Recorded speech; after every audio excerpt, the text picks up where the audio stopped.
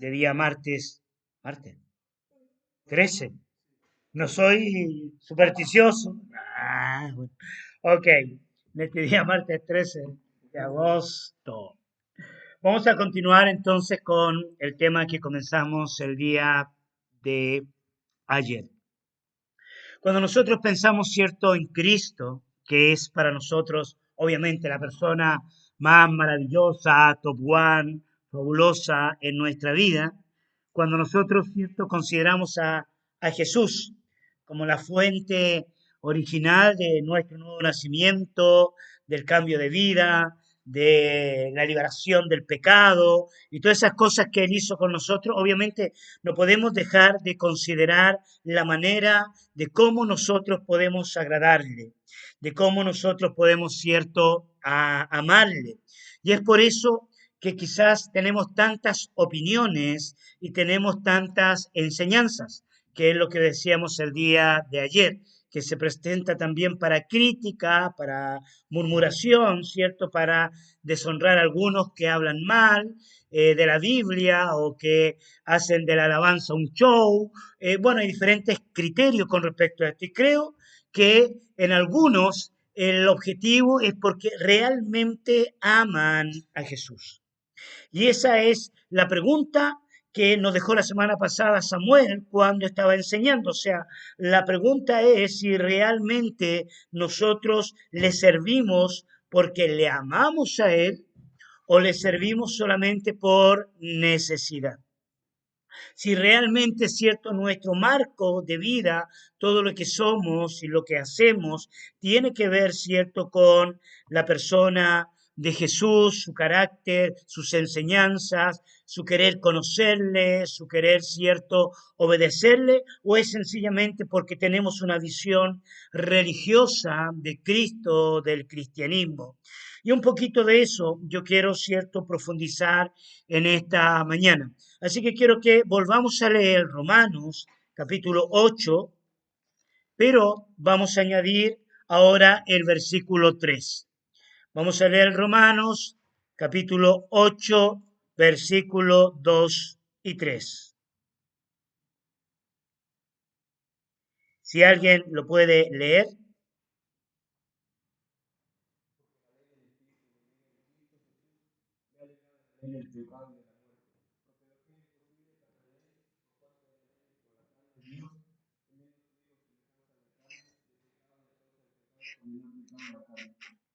Ok, aquí hay un contraste que yo quiero destacar. En primer lugar, cierto, tiene que ver con Cristo, por lo que hemos estado hablando acerca de Jesús. Cristo, cierto, como la fuente principal de nuestra vida, de nuestra existencia. Todo lo que nosotros hacemos, todo lo que nosotros somos, es porque decimos que somos cristianos. Seguimos a Jesús, amamos a Jesús. ¿Es así o no es así? ¿Sí? Entonces, cierto, el parámetro nuestro es Jesús. Este Jesús que vino hace 2000 años atrás diciendo que Él era Dios. Este Jesucristo que vino hace 2000 años atrás, ¿cierto? Dando diferentes enseñanzas. Enseñanzas que fueron revolucionarias, ¿cierto? Para el pensamiento humano. Por ejemplo, una enseñanza revolucionaria tenía que ver con el aspecto económico, ¿no? Cuando, ¿cierto? No pidáis nada a nadie. O anda, vende todo lo que tienes, dáselo a los pobres y sígueme. ¿Cierto? Ese aspecto era muy revolucionario cuando él decía, ustedes no luchen por la comida que perece, ahí en Juan capítulo 6, sino que por la comida que a vida eterna permanece. Eso es revolucionario para la mente que está enseñada y acostumbrada a decir, si yo no trabajo, no como. Si yo no genero recursos, no como. Entonces queda ese paradigma interior, ¿cómo yo vivo? ¿Ya? Algunas enseñanzas que tienen que ver, ¿cierto?, con el que ama más a su padre o madre que a mí, no es digno de mí. También es una enseñanza revolucionaria porque nosotros pensamos, bueno, papá, mamá, ¿cierto?, los hijos están en primer lugar.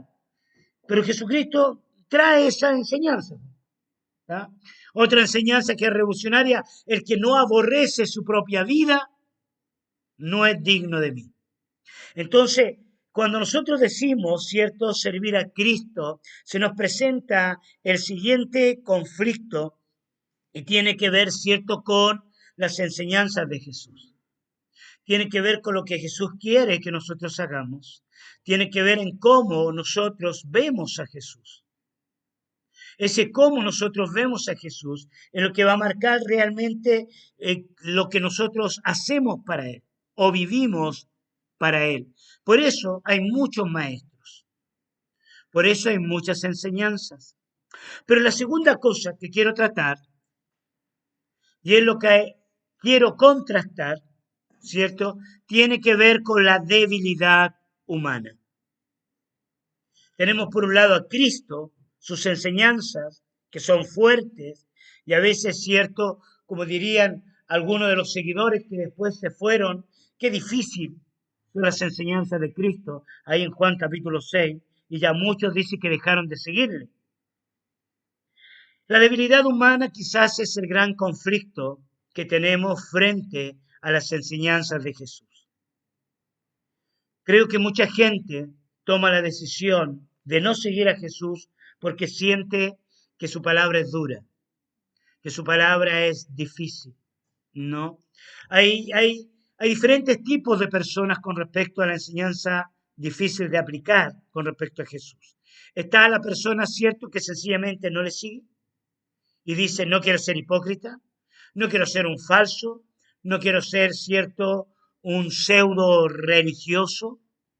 Y está el otro tipo de personas que se engaña a sí mismo y que trata, cierto, de aplicar la enseñanza de acuerdo a sus propios criterios que le acomoden. Por ejemplo, como, no, al final Dios es un Dios de amor y todos somos salvos.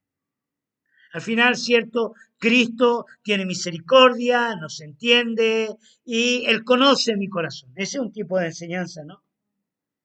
Entonces, existen este tipo de personas, o sea, el que dice no puedo y aquel que se engaña a sí mismo o, cierto, vive una vida farisaica, así de reglas y leyes, esto se hace y esto no se hace. Sin embargo, ¿cierto? ¿Cómo nosotros, y esa es la pregunta, cómo nosotros, en medio de nuestra debilidad, podemos agradar al Señor?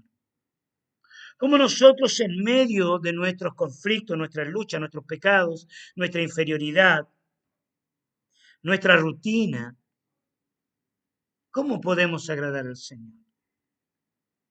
De eso se trata el libro de Romanos. El libro de Romanos no tiene como objetivo arrojar culpa a nuestras vidas diciendo que somos asquerosos pecadores. El objetivo del libro de Romanos no es mostrar nuestro pecado para acusarnos o condenarnos, como en algunos contextos religiosos suele suceder. El objetivo del libro de Romanos es, cierto, mostrar nuestra condición de pecado para generar mayor dependencia, mayor búsqueda y mayor quebrantamiento. Cada vez que Cristo quiere mostrar nuestra debilidad humana,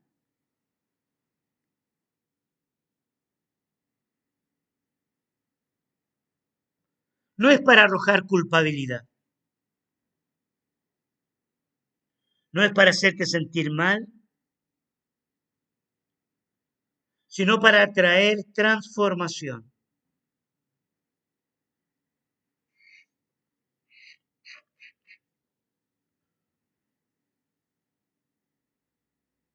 Cuando nosotros estudiamos la vida de Cristo, sus enseñanzas, Él sabía que nosotros éramos personas débiles. Va a escoger a 12 personas débiles, entre ellas algunas más débiles que otras. ¿Cierto? Tenemos el caso extremo de Judas, que a pesar que Jesucristo le dio todo el amor, Judas no entendió el amor de Cristo como una evidencia clara de que Dios ama sin condiciones. Tenemos el caso de Pedro, ya que lleno de debilidades, ¿cierto? Era un hombre que sí quería agradar a Dios, que sí quería amar al Señor. Y la escuela que Jesús trajo sobre Pedro es una escuela para todos nosotros de ver también cómo el amor de Jesucristo es incondicional, ¿ya? Y cómo el quebrantamiento nuestro puede llevarnos a una relación sana con Él. Estudiar esa amistad entre Pedro y Jesús es tremenda, ¿no? Es muy, muy linda. Pero quiero que veamos Romanos capítulo 1, versículo 3 y 4. Romanos capítulo 1, versículo 3 y 4.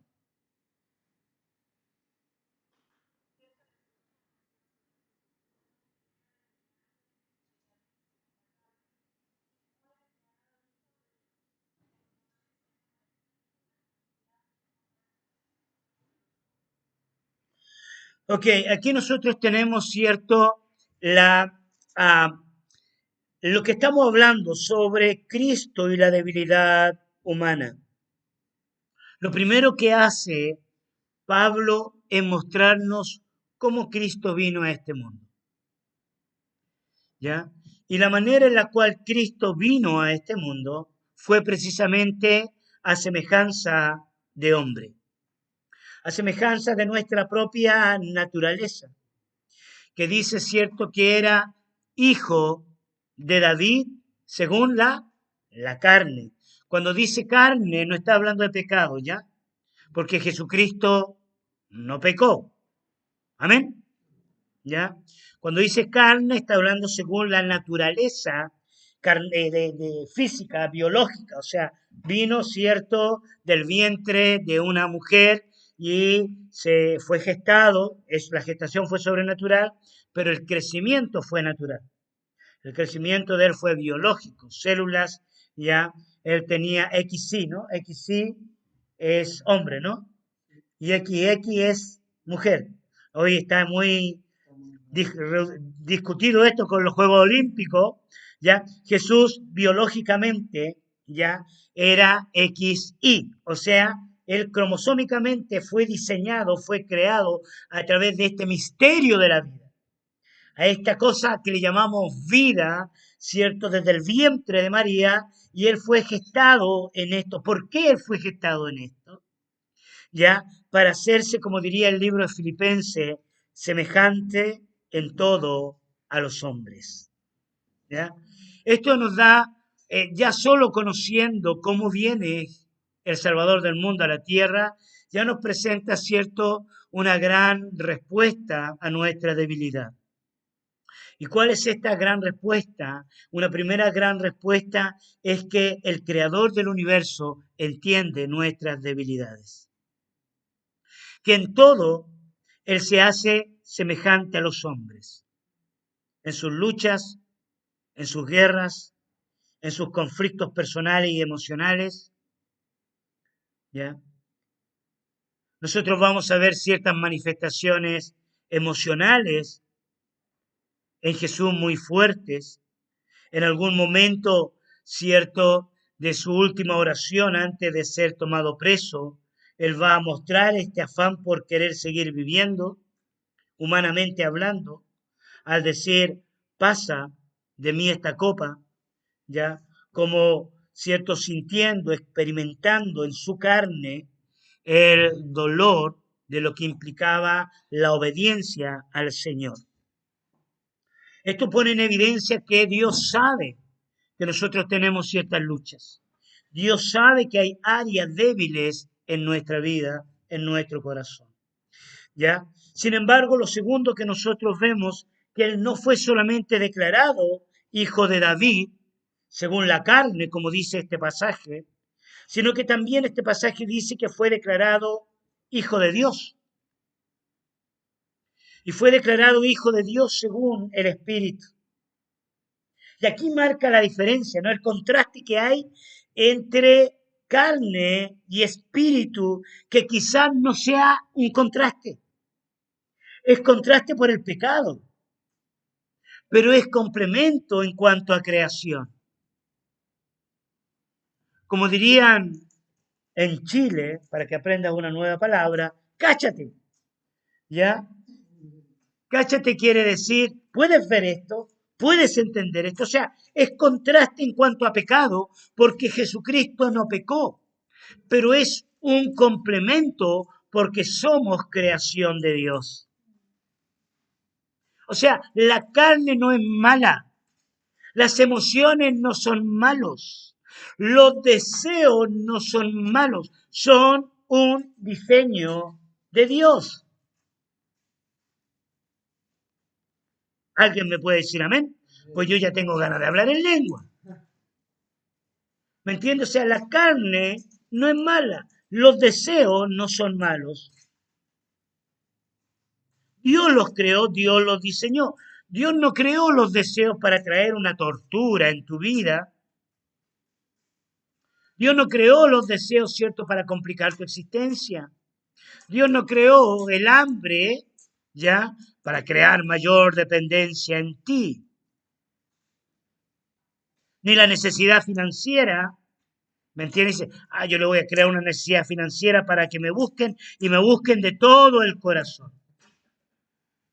No, Dios no crea necesidades para que tú le ames. Por eso esto es un complemento de la enseñanza de la semana pasada. ¿Por qué amamos a Jesús? ¿Lo amamos solamente para que supla nuestras necesidades? ¿O porque Él es Dios? Oye Israel, Jehová nuestro Dios, Jehová uno es. Y amarás al Señor tu Dios cuando tengas muchas necesidades y Él te supla. Y al suplirte demostrará que te ama. ¿Dice eso el texto bíblico? No. Te voy a meter en esclavitud 400 años en Egipto para después sacarte y tú me ames. No. Lo he enseñado multitud de veces. El pueblo de Israel no se fue a Egipto porque Dios quería que fueran esclavos. El pueblo de Israel se fue a Egipto porque había una necesidad. ¿Y cuál era la necesidad? Hambre, hambre. ¿Ya? Entonces, es un complemento. O sea, tenemos necesidades, tenemos lucha, carne, ¿cierto? Nuestra naturaleza humana tiene esta guerra, pero tengo la impresión que estas necesidades y estas luchas tienen que ver con el segundo concepto que arroja el libro de Romanos, que dice que fue declarado hijo de Dios, ¿según qué cosa? Según el Espíritu. Quiero que veamos Juan, capítulo 1, versículo 1 al 3. Juan, Evangelio, capítulo 1, versículo 1 al 3.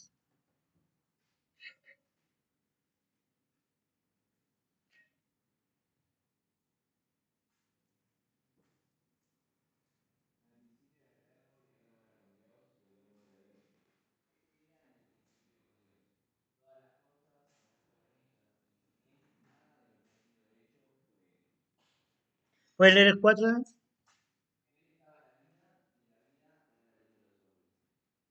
¿Ok? Cuando nosotros, ¿cierto?, miramos la venida de Jesucristo aquí a la tierra, ¿tá?, tenemos, ¿cierto?, esta concepción de un ser que era Dios, que viene a este mundo, se hace carne, habita entre nosotros, pero para cumplir no solamente el objetivo de mostrarnos nuestras debilidades, sino que también mostrarnos que Él es Dios, que hay un elemento que va mucho más allá de nuestra naturaleza intelectual, que tiene que ver con lo espiritual. Veamos Juan capítulo 1, versículo 12. Pasaje que todo el mundo debiera saber, no es como el primero que uno aprende cuando llega a la iglesia.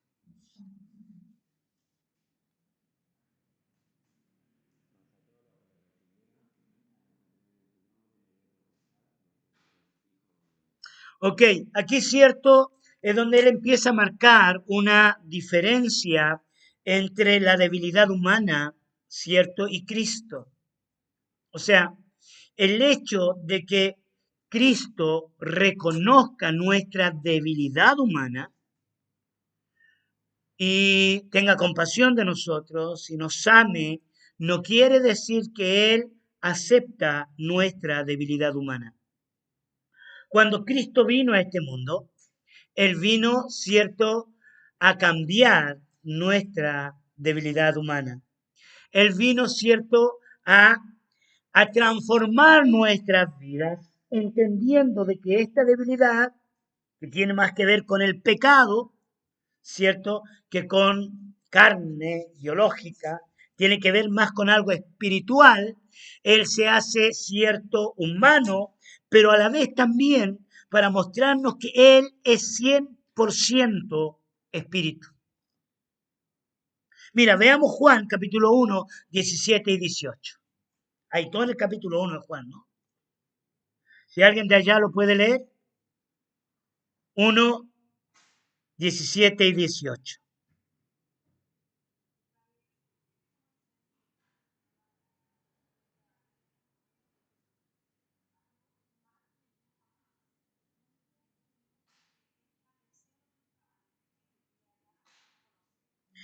Ok, este pasaje es tremendo, porque Él se hace carne, se hace humano, para que nosotros pudiéramos verlo, para que nosotros pudiéramos escucharlo, para que nosotros pudiéramos, cierto, saber de que Él era el hijo de David.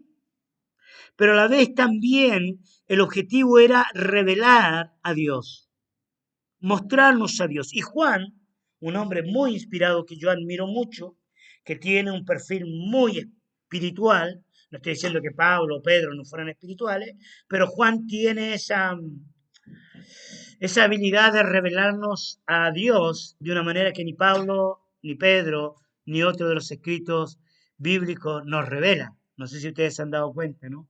Que Juan tiene como ese cariñosito medio místico, ¿no?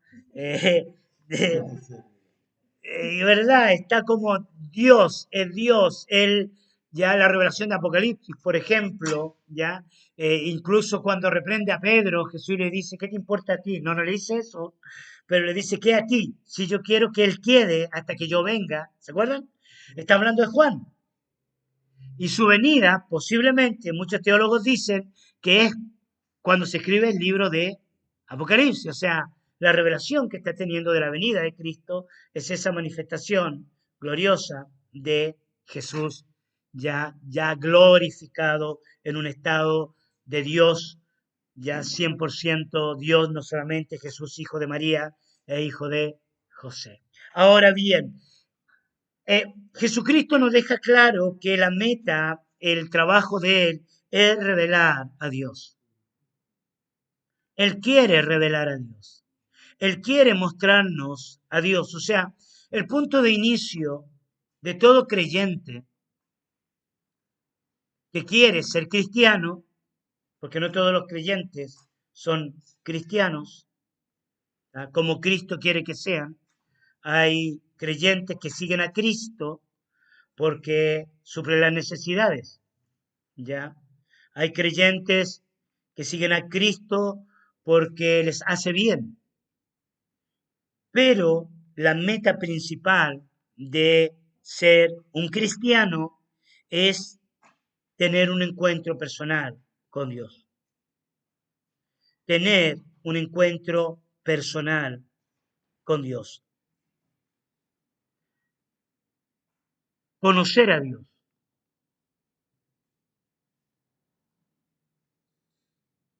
vivir para Dios.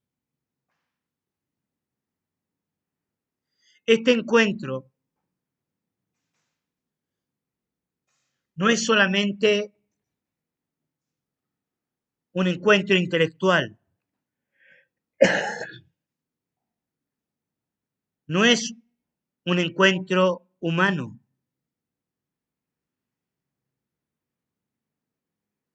El apóstol Pablo enseña que el hombre natural no puede percibir las cosas del Espíritu.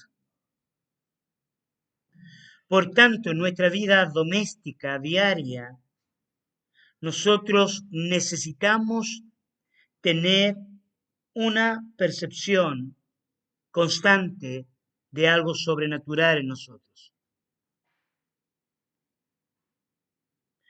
Esta percepción, esta realidad de lo sobrenatural es el punto de inicio que nos ayuda a superar la debilidad humana.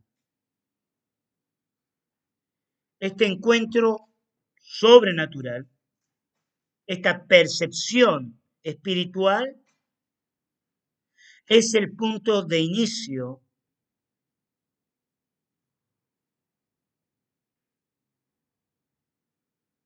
que nos ayuda a superar nuestras debilidades humanas.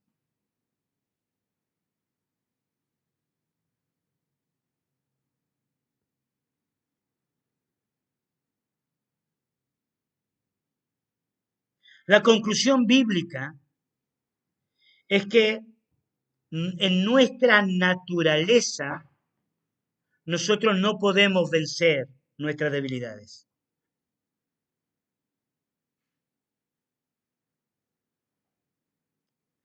Y es aquí donde nosotros vemos marcada la diferencia entre quien sigue a Cristo por amor y quien sigue a Cristo por necesidad.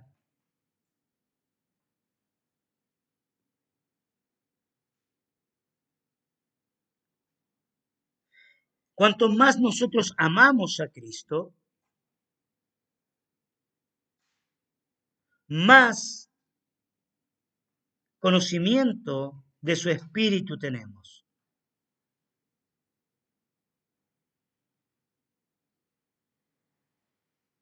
Donde la meta ya no es solo dejar el pecado.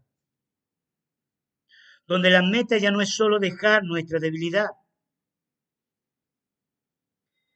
Y preste atención a esto porque tengo la sensación que el humanismo se introduce en nuestras filas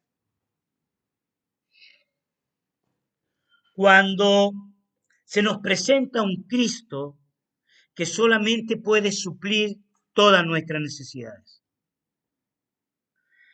Se introduce el humanismo cuando se nos presenta un Cristo que solo nos puede ayudar a vencer el pecado. Y ahí nosotros tenemos un Cristo que vino a este mundo solo por nosotros. ¿Me explico? O sea, es como Cristo vino porque lo necesitábamos, porque vino a ayudarnos, porque es el Salvador del mundo, vino Cristo, cierto, a perdonar nuestros pecados. Oye, qué bueno que Cristo vino por nosotros. No sé si me entienden, todo eso es verdad, todo eso es verdad, pero hay un hilo peligroso. ¿Cuál es el peligro? El peligro es que, ¿me entiendes? Vino por mí. O sea, Él me necesitaba para ser Dios. Él me necesitaba. Si yo no hubiera pecado, Él nos hubiera mostrado amoroso. Suena raro, pero no sé si están captando la idea, ¿no? Esa percepción yo la capto en algunas esferas eclesiásticas, ¿no? Me amaste a mí, me buscaste a mí, me ayudaste a mí, me perdonaste a mí. Vamos a bendecir a la iglesia del Señor, ¿ya? Vamos a hacer un show, vamos a adorar, vamos a cantar, vamos, todo suena como muy así show, ¿no? Ya ahora somos salvos, vamos a celebrar. Es peligroso porque no tiene nada que ver la venida de Cristo no tiene nada que ver como objetivo principal, ¿me entiende? El factor de la necesidad humana. Tiene que ver, ¿cierto?, con un factor creacional. Dios nos creó para tener una relación con Él. ¿Y qué hizo el pecado? El pecado nos separó de Él. Y en una expresión de amor, Él envió su Espíritu.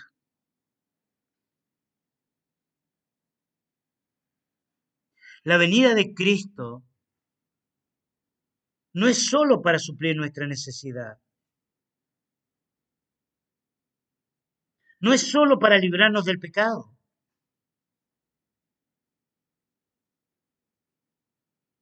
La venida de Cristo tiene un fin mayor,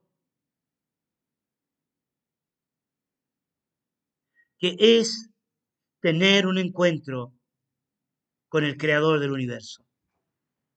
Puedo estar equivocado, pero si nosotros logramos tener una revelación y un entendimiento de que el objetivo principal tiene que ver con encuentro con Dios y no solamente ser libres del pecado, vamos a ver que nuestra búsqueda ya no tiene como enfoque solamente ser libres del pecado, porque si no toda nuestra vida vamos a estar buscando a Dios ¿para qué? Para ser libres del pecado.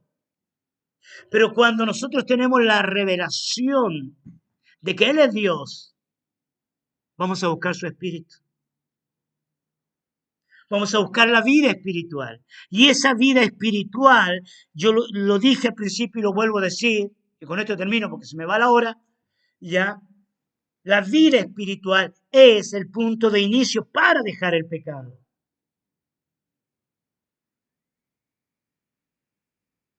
Mira, volvamos a leer Romanos 8:3 y con esto termino.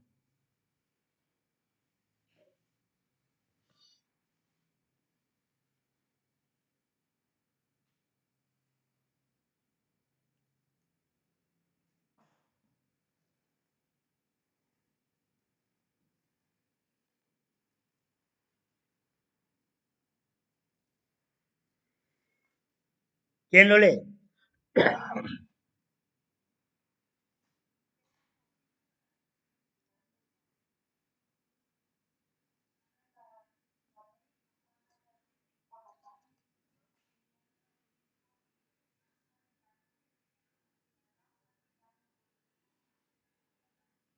¿Ok? Es interesante, dice que Él se hizo carne para condenar el pecado en la carne. Y esa condenación hacia el pecado, condenar al pecado, tenía un objetivo. Y ese objetivo lo vamos a ver mañana. Esta historia continuará. No puede perderse el siguiente capítulo de la temporada. Vamos a orar al Señor. Pero quédate con esto. Cristo murió en la cruz para condenar el pecado, para condenar el pecado en la carne, pero por un objetivo mayor, por un objetivo más trascendental. No era solamente condenar al pecado para que nosotros fuéramos libres del pecado. La liberación del pecado tiene un objetivo, y el objetivo es acercarnos sin mancha al trono de la gracia, a Jesús, a Dios. Amén. Padre, queremos darte muchas gracias por tu sacrificio en la cruz. Gracias porque tú condenaste el pecado y porque no hay ninguna condenación para los que están en el Espíritu, para los que andan en el Espíritu. Señor, esto no es misticismo, esto no tiene nada que ver, Señor, con una luz mística, radiante. Señor, o perderse en el bosque buscando, Señor, la energía del universo. Esto tiene que ver con la vida práctica. Esto tiene que ver con tus enseñanzas. Esto tiene que ver, Señor, con la escuela de Cristo, con la escuela que Pablo nos entregó, que Pedro, que Juan nos entregaron en las Escrituras, y aún los profetas en el Antiguo Testamento, y aún mismo la ley de Moisés nos entregó. Señor, esto tiene que ver con toda, Señor, esta escuela de Dios a través de las Escrituras. Esta intervención en la historia de los hombres, para que nosotros podamos ser libres y poder acercarnos a ti. Señor, esta mañana reprende al diablo. Este día reprende cualquier cosa que nos impida acercarnos a ti.